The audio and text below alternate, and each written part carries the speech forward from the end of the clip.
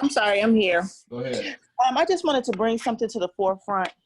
When I was in higher ed, I'm in higher ed, and when I was in the student affairs side of the house, we would have different sessions with the students. So something like what we have right now, but it was face to face. And so what I realized is that since we have assimilated into their culture, Mm-hmm. we have allowed our children to disrespect our heritage or not know. They just don't know when they're faced with racism. I remember we had to really have a deep and long discussion with the African American men that it is not all right for your Caucasian friends to call you nigger. Mm-hmm. We had to have a long discussion with my niece to let her know when they're questioning and touching your hair, that's racism. Mm. So a lot of things, they're not even aware of what racism is. So I just want to bring that to the forefront. Well, let me tell another, and I've had several throughout my life, very racist things happen to me, and I've always been proud on how I handle it because I always feel like I'm smarter than them. So I go, uh, for all of you that know, I work with a lot of dealerships. So I drove all the way from Chicago. A friend of mine, black guy working at a dealership, wanted me to go and see the guy that owned the dealership, small dealership in Pontiac, Michigan. Now, for the record, because I just let people know I'm not prejudiced. I'm only prejudiced against white people that are prejudiced. I'm not prejudiced. I have tons of white friends that I'm cool with. I just don't. I'm prejudiced against black people that are prejudiced. So I just don't like ignorant people. And so what happened is that I go to the dealership and I'm talking to the guy.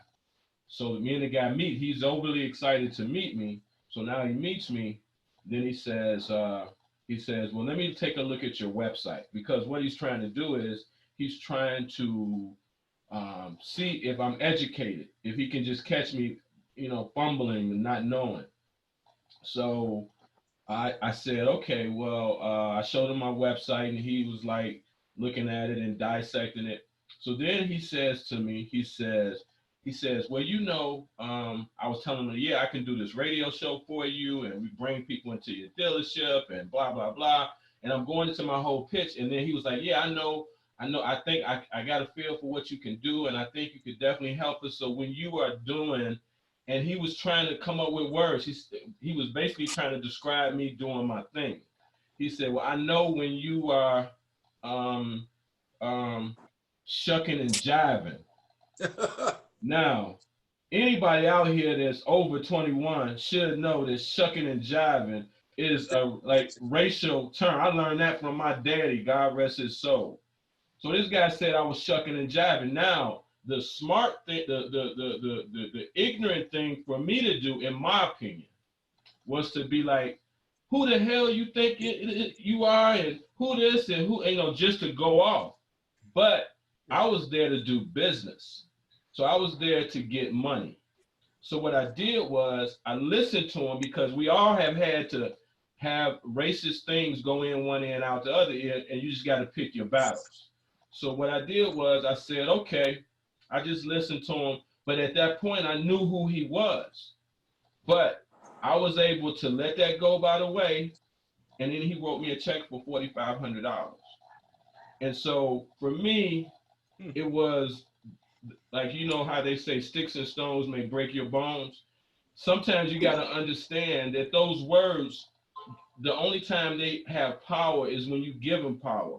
Yeah. If I don't know you, there's absolutely nothing at all that you can tell me that can hurt me and make me feel a certain way. If I don't know you. Now, my loved ones, if they say, Don, you ain't shit, then I'm going to feel a certain kind of way. But if just Joe Blow on the street says that, He can say anything. And one of the things that I maybe can leave with everybody, and you can try this, is I use sometimes racism, and me and my sister, and she can attest to it. We grew up with racism for about 40 years. I mean, actually longer than that. I'm 58 years old. We've been dealing with racism since we was like 8 or 9. And so we have had to grow up like that and realize it has to go in one ear and out the other ear. And my whole thing has always been, how can I be the smartest one in this situation? And so I just wanted to share that with you. Will said he sent me a text saying that he was on this is the 19th anniversary that he was on a reality show that dealt with race and how they react to each other. Why don't you talk to us about that, Will? All right. Good evening, everyone. Speak up just a little bit, man. We can barely hear you. Okay, can you hear me now? Yeah. Good evening, everyone. So anyway, yeah, it was just a 19th year anniversary, so it's ironic that all this stuff is happening, especially around this race, because I was on a reality TV show on Fox, an award-winning one called The Experiment in Black and White, where they sequestered 5 black people and 5 white people in the same house for a week. And everything that we dealt with, because we didn't watch TV unless it was movies generated and dealing with race, like American History X. Amistad was a bad day, but for that day, for that week, we interacted. But they had assignments for us. Mark Saxonmeyer and Darlene Hill. Some of you all know Darlene Hill from Chicago. She's now at another station. They were the producers of this show, and we lived together. And we was in war and in battle. I had a headache every day there.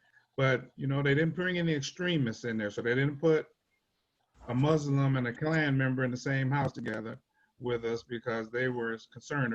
The producers called us every day from the station, checked on us to make sure there wasn't no fights and we wasn't killing each other because they didn't want any lawsuits.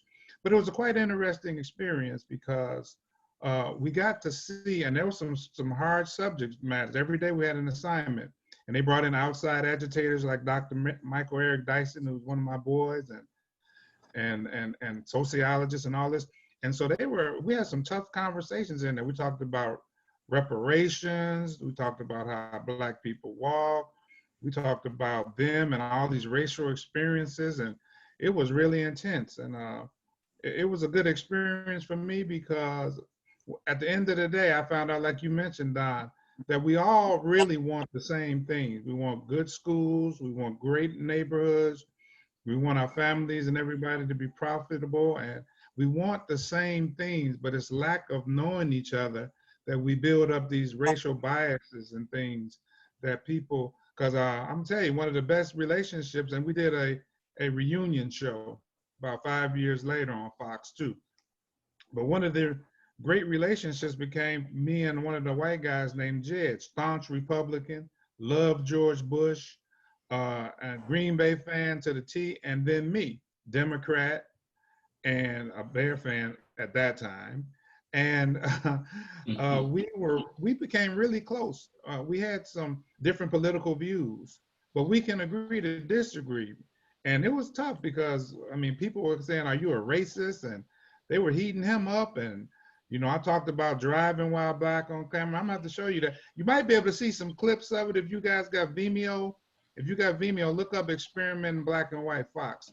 You'll see a younger me. But it was a great show and a great experience. One of the girls from the show, I remember her saying that she went back home to her family in this little town called Odell, is in Illinois somewhere. And one of her family members told her, "I don't care what you did and what you were doing on that show and who you had a relationship with, I'm never going to like any niggers." And that was her own family, and she told us that. And a lot of people, when they went back home, they had to change relationships because they had changed their views on, some of them changed views on blacks. Some of us, you know, me, Don, I grew up in Morgan Park, Beverly. We moved over there in '74, and I remember climbing a tree, and the white dudes from the 22nd district, the police officers drove by and shouted out the window, "That's where you all belong." And I was like, "Damn, this what we moving into?" So that was one of my first, this blatant racial experiences. But we had a lot of experiences at Morgan Park because they tried to keep the school 50% white and black. But since then, you know, we're still cool. Like I said, today we were communicating via Facebook on the anniversary, and some of us, they're talking about doing a Zoom to get back together. But you know, if we don't know each other, we're going to be ignorant to anything that's about the other people that we don't know. And we're going to respond. You know, there's some people that just hate blacks. You know, there's racists out here that no matter what we do, no matter how the fabric of America changes, and it's trying to change, but then something like this happens and then it takes us back many years. But I don't know, you know, I just, you know, black men, I feel like black men are being hunted, you know. We have to react differently. If any black male on here knows this, that when the police get behind us, even at 58, something changes in you. Yes, it does. Your response, and you know, I'm carrying a gun too, and I'm like, you know, I make sure, and then you have to have that conversation with your sons. If the police stop you, I told my son, man, it's yes sir, no sir, but dad, what if they're wrong? I said, son, I'd rather them be wrong and you come home to me than you be right and I'm sitting on the front row at the funeral home. I just, it's just a difference, man, for us. And I tell people, I've dealt with racist cops all my life, but see the difference between us, our parents had the conversation and we knew how to make it home at night. Now some of them don't know how to make it home, but now it's such that the cops are got so much hatred that comes out in their reactions, and then they say, "Oh, I fear for my life." Right. It's just BS, man. But you know, that's all I had to say about it. So let me. We got last week we introduced a new part to the show. We introduced the polling. So I'm gonna put out a poll. The poll basically says the case of the black jogger who was killed by a white man for no reason. 2 men have been arrested, and the guy who took the video is being considered for a possible arrest if he's not arrested already. So the poll question is, what will happen in the case? So I'm getting ready to launch it. Everybody see it? Yeah. Yep. Go ahead, give your answer.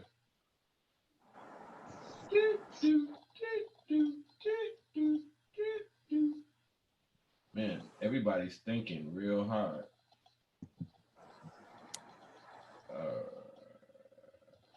You gotta switch it over, Don. What happened? You have it set for host and panelists. Okay. All right. Okay. Why don't you continue the conversation for a minute, Clarence? Let me fix this. Well, here's what I would like to ask. Since we do have we had Chuck come on. Hey, how's it going? Lindsay joined us. Ashley and Cheryl has also joined us. How's everybody doing? Good. Lindsay, I wanna shoot right to you. Mentally, what can we do to really step back from it and just really gather our thoughts to put us in the right frame of mind? Thank you, brother. Hello to everyone. Always good to see everyone and hear the conversation. I've been thinking just since I got on here, you know, and I think about my personal situation. It was Trayvon Martin that drove me to a graduate degree in psychology, because I was going down a rabbit hole. And then when you add social media, which allows you to kind of consistently spiral, it's tough. So I would say it's very important that we can recognize our own triggers, recognize what triggers you. Just like Don shared the story, I had a brief story recently. I'm here in East Lansing, which is a college town, and I experienced some racial profiling in a new target that's like in that community. And to the sister's point earlier, I believe it was Diane, talked about, you know, this younger generation not really being as racially sensitive, I should say. So basically, I went in and the security, you know, approaching me with, "Can I help you?" And I'm like, do you ask everybody who come in, can you help them? It's impossible. I know you don't. And it happened on certain occasions. When I went back, I end up seeing another security guy almost like running out towards me. So it made me quickly understand that they have a policy of confronting and addressing. So fast forward, they didn't have what I was looking for. And I asked for the manager, because I give credit to my mama. She always told me, you know, go for the manager. And I'll tell you another thing mama told me too. So to Don's point, I used a little colorful language. I said, listen, this is the second time I've been in here, and it's the second time I've been profiled, because every time I come here, somebody come rushing over to me, and I saw that guy running right there. And you know, the guy's response was, basically, we sorry to hear that. And I said, it's fucked up. But I took it a step further. I went and I emailed corporate because the paper trail is always amazing in America. And I'm following up on what my mom taught me, even though I'll send a good note when people do good, but the same. But here's the thing. I think when we recognize our trigger, folks, they can say that African Americans are more sensitive, and I would agree to that.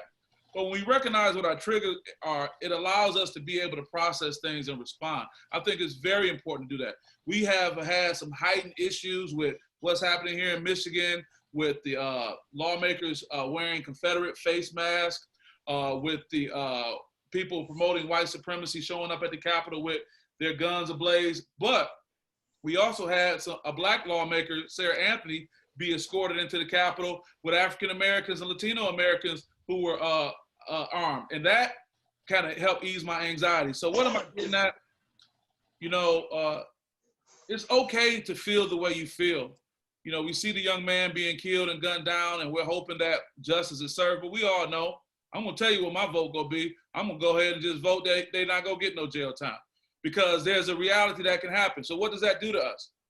I think we have to recognize, folks, that in order to be committed to what's going on, you don't have to, me and Clarence talked about this, you don't have to necessarily feel bad in order to be able to make it through.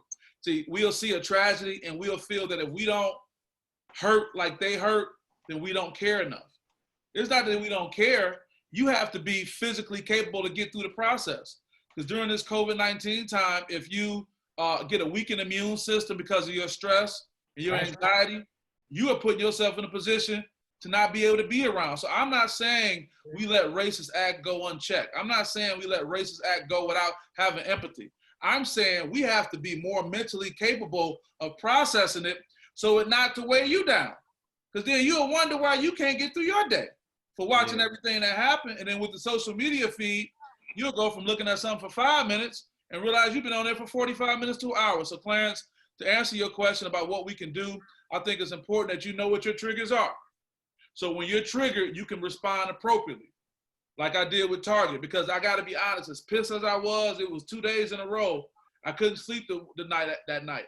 But when it happened again and I sent that email, which I still haven't got a response to, that made me feel whole and I was able to move on. So with that being said, recognize your triggers and do know you do not have to feel bad in order to care, because if we carry all the weight of what we see over and over again, we'll become debilitated, we'll become irate, we'll become people that are hard to deal with. And it doesn't mean you don't care about the struggle, but you want to keep yourself healthy first and foremost. So I hope that can be helpful to the conversation. And it's therapeutic being able to have an opportunity to talk with so many great, bright people about a topic so important. So go ahead, Clarence. You going to say something? No, I was just gonna ask Chuck, what do you think about it? Well, I kind of do what Lindsay says. I really love what he says because I kind of implement a lot of that stuff in my life already. So, it hurts like everything else. I'm not saying that I don't have a whole lot of faith in humanity. Okay, so I'm a skeptic. I'm a scientist. I'm a skeptic by heart. So you got to show me and prove to me. You got to prove to me that you're different than what I already kind of think outside of my family. So when I'm first meeting someone, I'm giving them the benefit of the doubt, but I'm not going to put you in a pedestal or put you above and beyond what I think you should be. Therefore I feel like, when you make a mistake or when people make a mistake, like we all do, it doesn't matter whether it's a minister, my boss, anybody, I can look at it like, okay, well, that's a human being, and I can give them some empathy and give them some forgiveness and that kind of stuff, and forgive myself. But yeah, like everyone else, I was pissed. I mean, I saw it, and I've learned too that you gotta, as bad as it sounds, you do have to. I look through different things. Let me look through a different resource. Let me look at this. Let me look at that. I don't want to be the person that's quick to react to the situation and then be wrong, because that's happened in the past too. We didn't know that the person was doing this or doing that. And I'm not victim blaming or victim shaming or that kind of thing, but I do want to just pause, process it. But yeah, Clarence, I was pissed like everybody else. And yeah, I don't have a whole lot of faith in the justice system and everything else. But each situation is different. I'm gonna be optimistic. People are rioting, people are shouting, people are pissed off, and I think there's gonna be some different outcomes in this one. I don't think they can ride like they've been riding. It's getting loud. I mean, athletes are writing letters. I mean, there's a lot of good things that's coming from this, you know. And yeah, it took them 2 months, but once it got out in the water, you know, people were like, no, we're not gonna stand for this. And what made me really proud was to see those young men, those Latino and African American men escort, you know, that government official. You know, because I got a couple of my buddies who love guns and everything else, and they're like, yeah, hey, go ahead and be a law-abiding, gun-toting person too. You know, I mean, that ain't how I roll. I mean, because I just don't want that on my head. You know, as I know myself, I know my temper. I know, you know, I need to step back from it. I don't want to have to make an indecisive decision off the rip. But you know, whenever There's there's the picture right there. yeah, Everybody see it. that was Here really. it is I right mean, here. Hold on. listen, I mean, I got a little bit of Malcolm and a little bit of you know, a little bit of Malcolm and a little bit of Martin. You know, I'm kind of in between the two of them. You know, so but I was kind of Right. proud about that. Well, you know, one of the things, let me go back to the, you know, the situation with the black jogger. What I want to do is I want to I want to steal this poll thing is having some technical difficulties, but I just want to do it by a show of hands, and I'm gonna read off. What do you think is going to happen in this case? Now, how many people out there, just raise your hand toward the camera. How many of you think that all three that will be arrested, if the other guy's arrested, will be convicted to the full extent of the law? Does anybody think that'll happen? Okay. How many people say at least one person will not do jail time at all?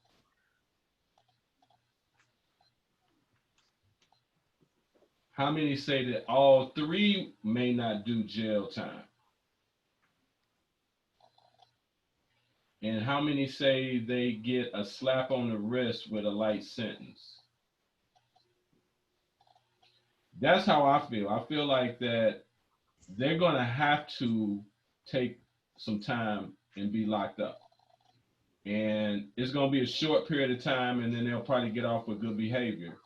But I don't see them getting, you know, I mean, isn't that, I mean, I'm not a lawyer or anything, but how they killed him, shouldn't that be 20 years of life? Isn't that type of crime that you know, you just hunted somebody in cold blood? So it's really, really. Go ahead. What you say? It's sort of like Van Dyke, huh? Right. Go ahead. Expound on what you're talking about, Will. I mean, he basically pretty much hunted the young man that he killed because other cops were on the scene before him and they didn't pull their weapons out like that. And then the fact that he shot the boy down and was reloading while the boy was on the ground until his partner stopped him from putting another magazine in the gun to keep shooting. He saw red or something. He turned into a demon. I don't know what happened, but he had to shoot the boy 16 times. And you know, I saw this article when they said that he didn't. Somebody, you know, these guys that killed that young brother in Georgia, they got a Facebook page. Did you see that? Yeah, Clarence actually saw that. Oh, please, Will. And they were talking about he didn't. Did you see you read the part where they said, well, he didn't adhere to their commands. Yeah, oh, man. I said, what? This man is a grown man jogging. What you mean command? So that means that any Anglo-Saxon can tell a black man, you need to do this or you need to stop, or you know, it's almost like, I swear, it's like Jim Crow is coming back slowly. But did you all read that book, The New Jim Crow, yet? Awesome book. Get that book, man. The New Jim Crow. But Sonya, what you got to say? Hmm? Yeah, we got Sonya. Sonya. My thoughts are most likely they'll get off, but we'll have to wait and see. I'm not real sure, but I don't think it'd be too much time, or it's hard to say. Okay. Okay. Tracy. I'm trying to unmute you. Tracy. Going once. Tracy. Going twice. Tracy. Hey Don, can I add something Yeah, real go quick? ahead. Go ahead. Go ahead. You know, I think to Will's point, as they talked about that, the underlying issue here is uh, the self-defense and fearing for my life. If you really want to think about that, that seems to be the underlying issue all the time. I had a situation where a professor at Michigan State actually told me he could shoot me and he know he'll get away with it. I mean, so this whole thing is, you know, you got the gun, but you saying you fearing for your life. Right. And that's so arbitrary. So why couldn't the tables be turned that I walk down the street and shoot a white guy and say, well, I fear for my life, but they go say, well, you a black man, how you can't be fearful? Kind of want to go back to something about the power we have. If we can be so fearful to people, if we can make people so fearful of us with no weapon, no gun, what does that say about the power we really have?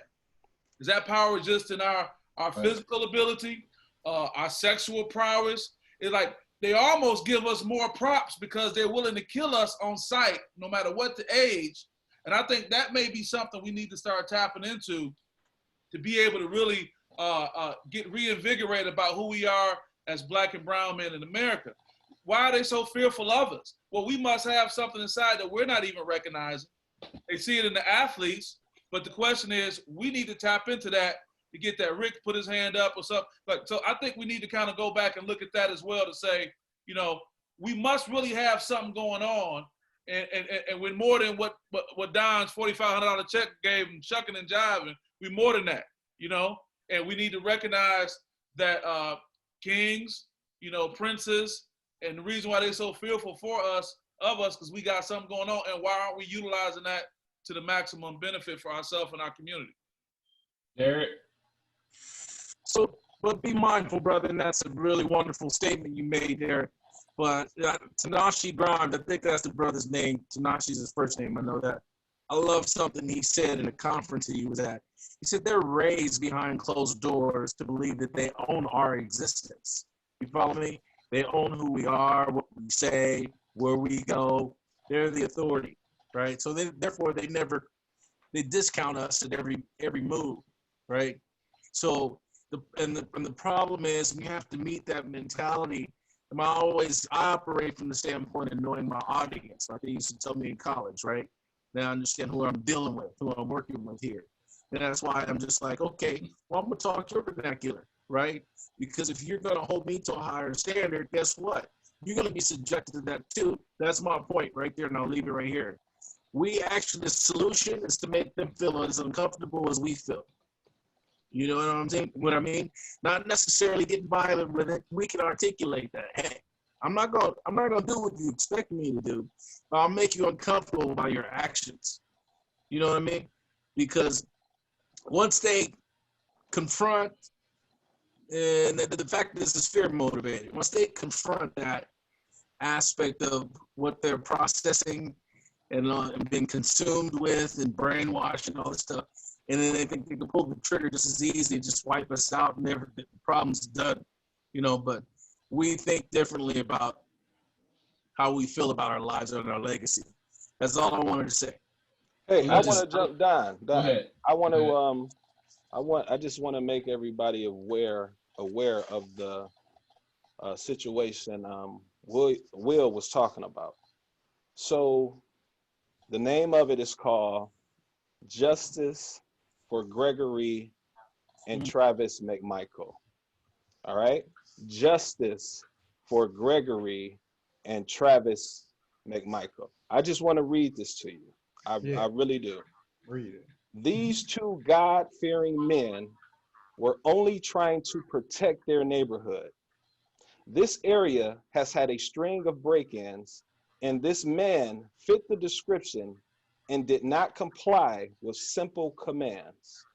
Our hearts go out to the McMichael family in their time of need. Amen. This is the thing I don't understand is, and this is just the way that I am, the whole word commands is so strong of a word that as black men, we have a problem, at least I do, and I know a lot of my friends do, when, again, I'm not prejudiced in any capacity, but I don't think that you're better than me. I don't even have that thought. And when you say commands, it's like if we see a guy from another race and he says, hey, I need you to come here. If you're not the police, I don't have to do what you say. And when you hear that, that's to me, that's slavery talk. That's going back. Yeah. Can I add to that, Don? Yes, go ahead.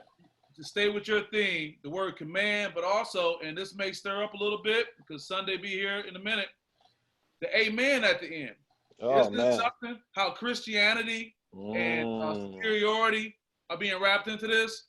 Now, they say Sunday the most segregated day in the world because black are with black, white are with white. But it's amazing how this person can be coming from a standpoint of a Christian, but still not taking into account the other part that's going on. I think that's another part too, because my thing is, where the white pastors at? Standing up for injustice. You know, where are all these good Christians that we work with at their job who want to talk to you about how good Jesus is? Stand up. You don't hear nothing. So I think that's another underlying issue too, how religion can so-called be so important, but when it comes down to this, it still comes back to being between black and white. Okay, anybody else real quick? Hey, go ahead, Will. Listen, and there was no string of burglaries. That's the other thing. Right. January 1st or somewhere in January January was the last burglary they had in the area. And before that, they didn't have many before that. So there was no such thing as a string. And the person who reported that one was one of the dudes that the killers. But here's the thing. Let me ask everybody this question realistically. We as African Americans, whether you're a man or a woman, when we hear a lie that has racism behind it, we absolutely know it's a lie from the moment it comes out your mouth. So the moment that I looked at this press release, if I didn't know anything about the story, just some of the descriptions on how we are and thinking of how black people react, we all know how we react. We pretty much are going to react the same way to situations to a certain T. But typically when racist things are done, people will have us react in different ways that are not unique to us, but they don't know, they're not smart enough to understand that these are not behaviors that we have. So just knowing the black guy was jogging, if you see the video, you see he was trying to get out the way, like any of us would. Let me get out the way. These guys is talking crazy, whatever. And then as he tried to get out the way, quite naturally, I saw a lawyer on TV that said, who is not going to fight back if a man has a sawed-off shotgun or a .357 Magnum that could blow, as Clint Eastwood said, blow your head clean off? Who is not going to fight for their life? And Don, let's not forget, they did already discharge the weapon one time as he was trying to get out the way. Right. So immediately you are in survival mode. So you're running. Okay. What is this white truck doing in the street? Okay, wait a minute. That dude have a shotgun. Wait a minute. They yelling and screaming. Bah! Immediately, if you are African American, you know what time it is. Right. I gotta fight for my life. Yeah. Period. There is no command that you can give me after you've already shot at me. What command can you possibly give me? So if I stand there, it's a chance you just may unload the clip. So my next reaction is to self-preserve. I have to fight for my life. I just, But somehow they in fear of their life. Man. And then that was the original district attorney or the original person said, oh, self-defense, they were in fear of their life. And they was gonna write it up like that if it wasn't for the video. And it would have been over. Well, look, Right. it was actually the district attorney that stepped away from the case that actually justified the shooting. Right. He said Right. it was okay due to citizens' arrest. Right. Right. Definitely. I mean, come on, people. I always like to say, let's just totally put the shoe on the other foot. Let myself and Don hang out on the road in a white pickup. Let Chuck be following behind, and a white guy's on his daily run. Me and Don just start screaming at him. Hey, get on the ground, get it, bah! Oh, it's no question what's about to happen. State police, FBI, neighbors, they coming out.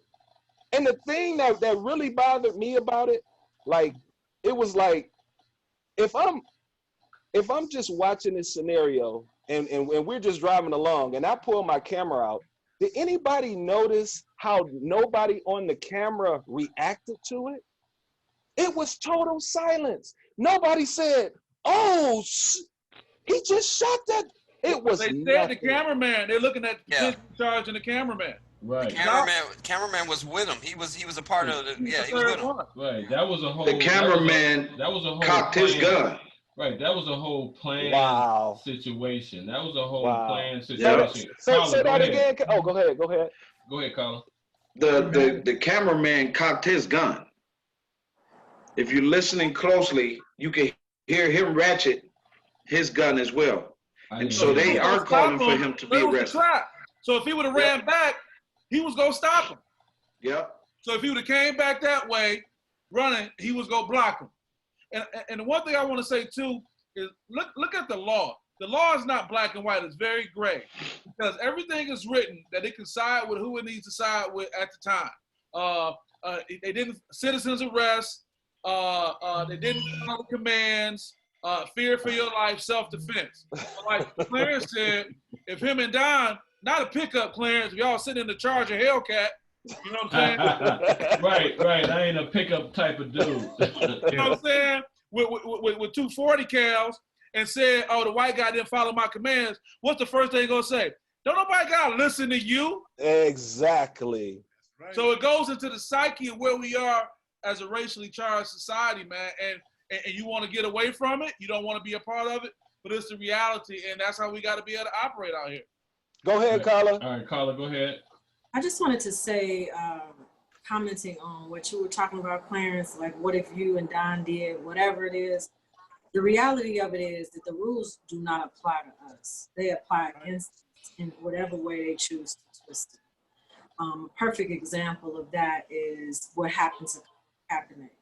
I am not a football fan. I couldn't tell you anything about it. But all I do know is that Colin Kaepernick sacrificed his whole career, and from what I can tell and from what I read, was blackballed because he chose to take a stand against Black oppression. And this issue right here, oppression that we are witnessing, the rules just do not apply to us. They apply against us for however they want to twist it. That's all. Well, that was a whirlwind of stuff. We could talk for 4 hours on that. We got a few other topics that we want to talk about before the night's over.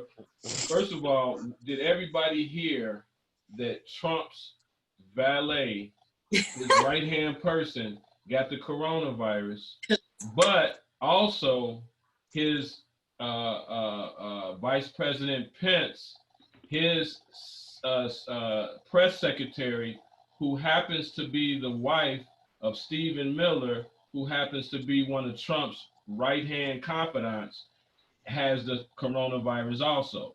So the wife of Stephen Miller, as well as the Trump's valet. So that means that there's coronavirus all up in the White House, all up in there. And they telling us to do whatever they're telling us to do, cover up, do this. And Trump ain't worn a mask ever. I've seen him in a mask. It's almost like he's in defiance of doing that. Carla, go ahead. I just wanted to say, I don't wish corona or anything negative on anybody, but karma. Be careful what you say. Be careful. Right. Tiptoe around that. I know you. We all know what you say. We got. You know how they always say that Trump has the dog whistles, but black people got dog whistles too. So we understand what you're saying without saying it. Don't. You my sister. I can't have you go out like that. I'm not saying I don't wish. I don't. But karma, it's like, wow, y'all too. And it's just amazing to me that the rules that they created, once again, the rules do not apply to us. Right. Yeah. The rules that they created for us, humanity at large, to save the world, when it hits home for them, they don't apply. They can justify whatever they want about why they don't have on masks and why they still, not social distancing. And, we're getting tested every day and it's okay. And, but you all, I mean, at the end of the day, if you really think about it, for all we know, they already got a cure for them. We don't know what's going on. We really don't. Now, here's what I like to, go ahead. I'm sorry. Go ahead. Jump in. I was just going to say, in its rawest form, this is what institutionalized racism looks like, though. Do you know what I mean? Sometimes we can't put our finger on it because it's an undercurrent, right? About what we see. Well, how can I describe it? It's something that we go through as a people all the time. It's institutionalized racism. They're above putting the mask on, right? You can't tell me to do that. But that's all I was gonna say, brother. Oh no. Well, here's the thing that I want to throw out there. I call it mask on or mask off. So the East Wing of the White House is pretty much ran by the First Lady. The East Wing is on a strict mask criteria, a strict social distancing criteria. He's not having anybody coming 6 feet without a mask. No. This is the East Wing, okay? So on our west side of the wing, we have the president and his people. No mask, no nothing. Everybody's together. President Trump walking around with security glasses on, but no mask. Okay. Now you have the CDC that states what? Everybody in America should probably be wearing a what? A mask. So I pose this question. If the president isn't wearing a mask, but the CDC says wear a mask, and the First Lady is wearing a mask, can somebody explain who do we supposed to listen to? Can I ask Go ahead, Lindsay. CNN did a really good piece, it may still be out there, on the psychology of not wearing a mask. And of course, I was drawn to that. And what they spoke of is what we probably know naturally, is that it's not about the issue, it's about defiance. It's about that personality. Like I go to Meyer here in East Lansing, 95% of people are masked up. But ironically, the profile of people who don't wear a mask, middle-aged white men, couple times you see a brother, rarely do you see women. So it's almost like that whole idea of not wearing a mask is me saying, and Trump is a perfect example of that, I am above that. I am defying that. And someone made a good point. The mask isn't a representation of you being weak or being a follower. It's about being considerate. I'm being considerate to my fellow man. So I'll wrap up by saying, when you see people who don't want to wear a mask, whether it's in the White House with Pence, when he walked around the Mayo Clinic last week and they lit his butt up for not wearing a mask, or whether it may be the president or the typical guy that's walking around. It is an act of defiance that goes deeper than what this issue is. It just speaks to them being in some kind of turmoil, and no matter what, they just want to challenge the system, even if it put them at risk and others at risk. Go ahead, as I Diane. do not I say. Go ahead, Diane. Diane Bailey. Diane.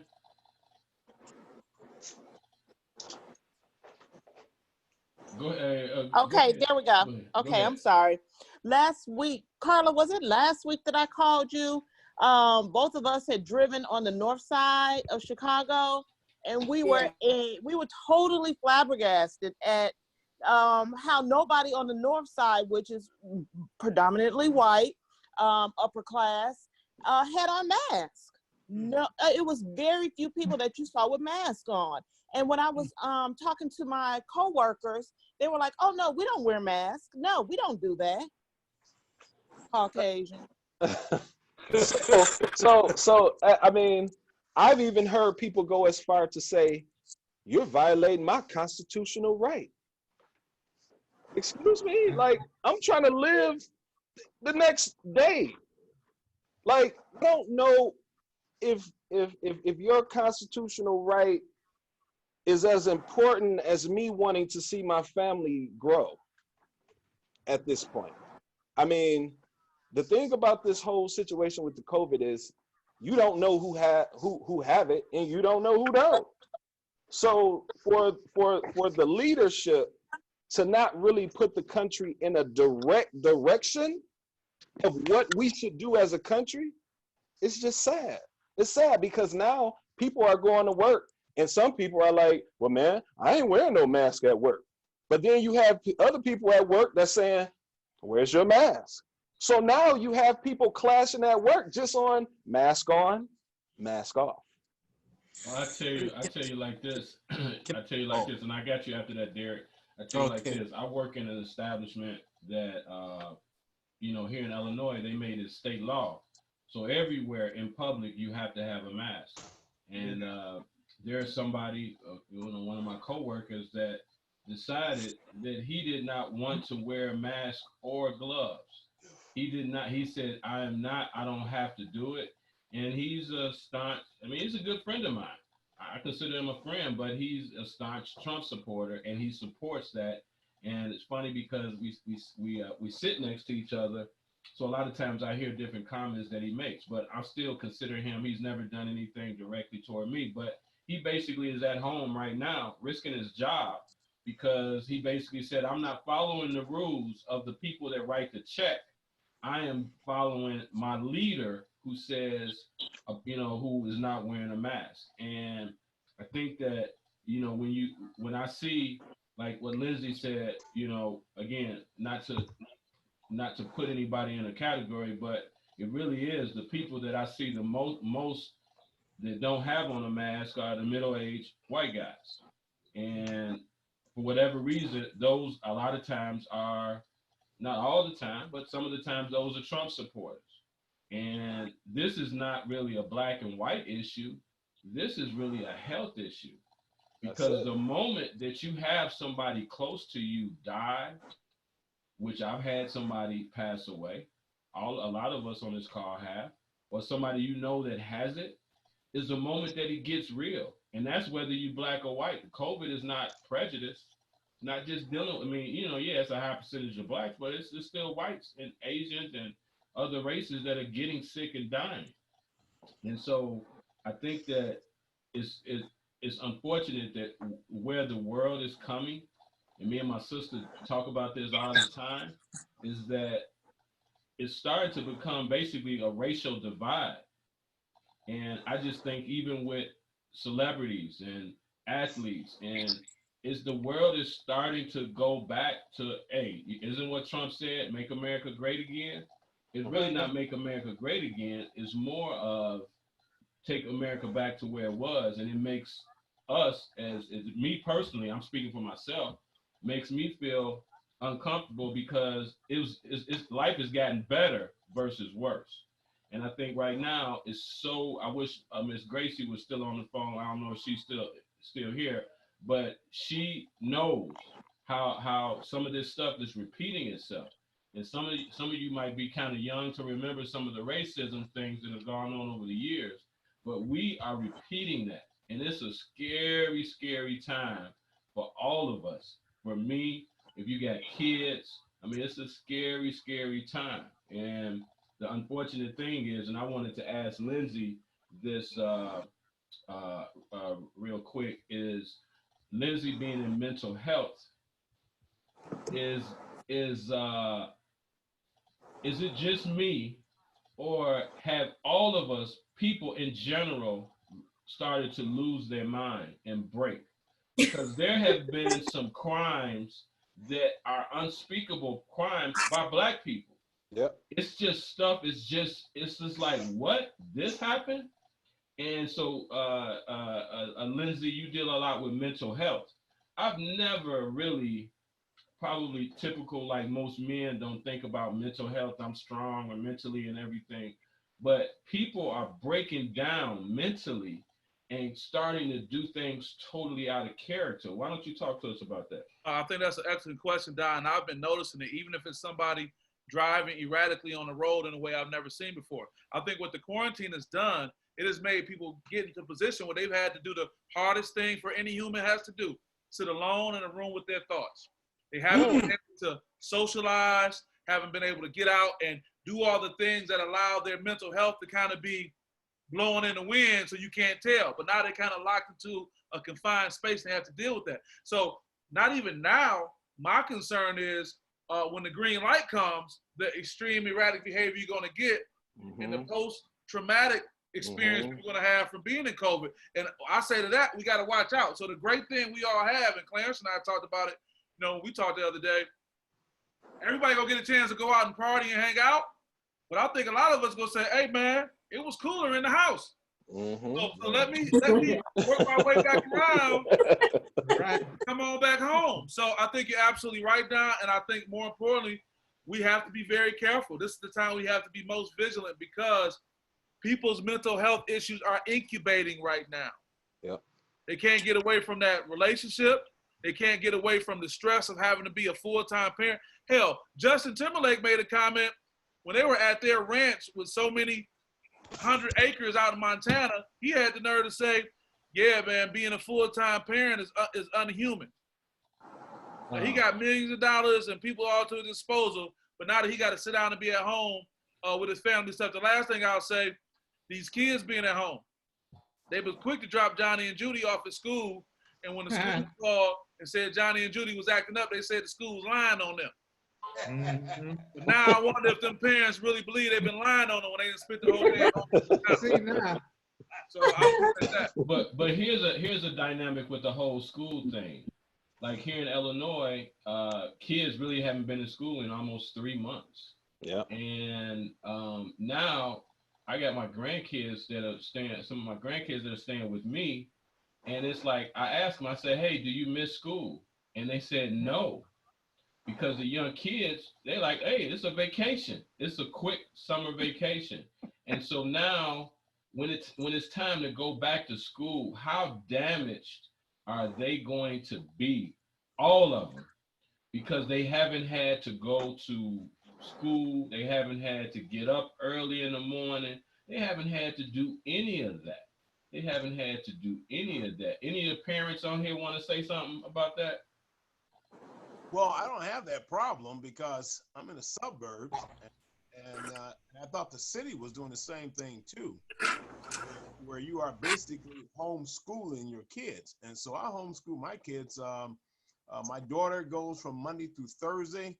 My son goes from Monday through Friday, and I homeschool my kids here. They do Zoom where they communicate with the teacher. The teacher texts them. My daughter, she's on a software called Rewind, where it's like a email type system where the teacher can send tests for them to do. She can send assignments for them to do. My daughter is on another software called Brain Pop, so where she can do her assignment there. So my children spend anywhere, and I like what they're doing, because what they're doing is that They're not bombarding the kids with a lot of work. My son had a test today. There was only 5 questions for what he had to do. He had 3 assignments. One of the assignments was for him to listen to the tape, listen to the video, and then answer the questions. And so we go through that. He get this mathematic assignments just as well. So they don't have a vacation. Their free time is after their 3 hours or their 4 hours doing their schoolwork. The rest of that time is on them. They can go do what they want to do. Go ahead, Carla. One thing that I want to say, my hat's off to all the parents who have school-age kids, because I am extremely grateful that my children are adults and finished with school, because it's hard enough trying to deal with your own mental health during this period, but trying to make sure that your kid who was abruptly removed from their regular day-to-day, trying to make sure that you deal with making sure that they aren't experiencing anxiety, that they understand what's going on, so that when they do have to go out, then they're social distancing, if they're washing their hands and all, that's really a lot. Yes. And that's a lot for people, especially I was a single mom. So having to do that as a single parent, that's got to be tremendously difficult. And Jump in. I'm sorry. I'm just saying hats off. No, I was just saying, Chuck, jump in. You're a teacher. Yeah, so I think it's very important, and I know it's different districts, different areas. You know, I taught public school for 18, 20 years, and now I'm in a private Catholic school, and we got all the resources we need. And so the parents are really grateful because, you know, we got a full schedule. I'm on the clock at 8, and I don't, you know, I punch out at 3 basically, or punch in at 7:30, punch out at 3. And I'm supposed to be instructing for up until noon, and then from noon until 2:30 is conference time. Now, all the kids don't take advantage of that conference time, but I'm on the clock from that time. And so our kids are organized to the point where, you know, I mentioned to you guys before, my brother and I do those Zoom instructional workouts. Well, my high school kids haven't been able to take advantage of it because I know they got homework at night. You know, we get, you know, tomorrow I'll be spending some time grading some quizzes and stuff like that because our midterms are due, or our progress reports are due on Monday. So I think it's important that even, and again, I'm cognizant of the fact that everybody is kind of now on the same page, but just getting the kids on some kind of schedule, you know, even, you know, get them some reading in, getting them some study time, some mathematics, anything you can pull off the internet that is going to get them off the games or whatever. Just setting up some kind of structure will do tons when they go back to the classroom. Miss Roberts had her hand up. Yep. Go ahead, Miss Roberts. But however, there are words in this name. The last one is good. Go ahead, Ty. Yeah, so with the whole at school thing, we do that up here too, like the other gentleman said. On here, on Facebook, I see that. Mine got the last. Apex, we do Canvas, we do the Remind program. We have all that set up for us too. They did it rather fast up here, probably like 2 weeks after everything had hit, everything was online already. So it's been a challenge, I want to say, for parents and for children. My son, he's in middle school, and the challenge I had is just to be on the same page as him. This is new for him too, like it is for me. And there was a lot of frustrating moments. There was a lot of moments where we just were busting heads all the time. And then it's new for me, it's new for him. So we're all in this new territory. When we come up out of the territory, it's going to be a new normal because I don't think it's going to go back to like it was. And I believe that, you know, I homeschool from work, so I'm working still and I'm making sure he's on his assignments and things like that. But that consistency that I've taken with him since all this has hit, all of the, you know, the conversations I have with my son about what he thinks about his work, his workload. And I'm just grateful that my son, he is capable of doing his work and keeping up with his work. and having him on a schedule has saved our lives many a time. So he's the top of his class. You know, he's always had good grades, but now he's the top of his class because I'm on it and I can see, and I don't have to depend on him for all the information. So it's been great for me, but it has totally strained and brought us closer at the same time in our parent son child relationship, because you know he's 13, he a boy, and I'm a woman, so that's already a thing by itself. Thank God for his dad, who's absolutely wonderful. But the challenge that, you know, for me as a parent is I'm viewing my son in a different way as to, you know, how his learning capabilities, what he can and cannot do. Is he disciplined? Is he focused? So now, you know, we're at a very sensitive transition stage right here. And so I'm glad I have the opportunity to actually have him be at home and do his work. You know, it taught me a lot about him as his own person instead of, you know, him being a mama's boy or me seeing him as my child, you know, which I think I'm always going to do. But he's his own person. So to see that growth just automatically kind of switch on during this whole phase, this whole time period, it's awesome for me. It's awesome for me. But I do realize that, you know, he needs to be social too. You know, like I can't have him in the house all day doing work, and we have limited time frames for everything. And he gets it done, you know, by 2 o'clock, which is what time he usually gets out of school up here. He's free to go do whatever he wants to do for the day.